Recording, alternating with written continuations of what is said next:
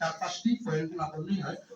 একটি সুস্থ ও মেধাভিত্তিক শিক্ষা প্রতিষ্ঠান গড়তে যে কয়েকটি মৌলিক পদক্ষেপ আমাদের কার্যকর করতে হবে এবং দায়িত্ব পালন করতে হবে। নাম্বার 1, স্বচ্ছতা ও জবাবদিহিতা। প্রতিষ্ঠানের আয় ব্যয়, ভর্তি প্রক্রিয়া এবং শিক্ষক নিয়োগ শতভাগ স্বচ্ছতা নিশ্চিত করতে হবে। ডিজিটাল সিস্টেমের ব্যবহারের মাধ্যমে দুর্নীতির সুযোগ কমিয়ে আনতে হবে। নাম্বার 2, মেধাভিত্তিক নেতৃত্ব। ছাত্র সংসদ বা প্রশাসনিক পদগুলোকে দলীয় পরিচয়ের চেয়ে মেধা, নৈতিকতা এবং নেতৃত্বের গুণাবলীকে প্রাধান্য দিতে হবে। নাম্বার 3, নিপীড়ন বিরোধী সেল গঠন করতে হবে।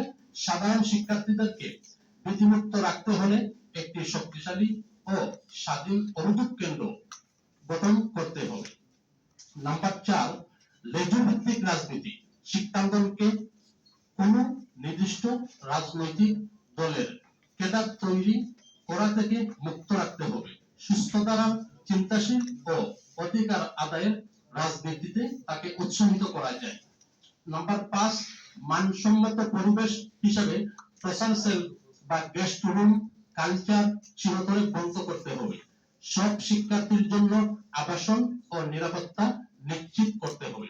নাম্বার 6, শিক্ষক শিক্ষার্থী সম্পর্কে শিক্ষকদের নিরপেক্ষ ভূমিকা পালন করা এবং শিক্ষার্থীদের সাথে তার যে মেন্টরশিপের যে সম্পর্ক তৈরি করা হয় যাতে কোনো বিশেষ মতাদর্শের চাপ না থাকে।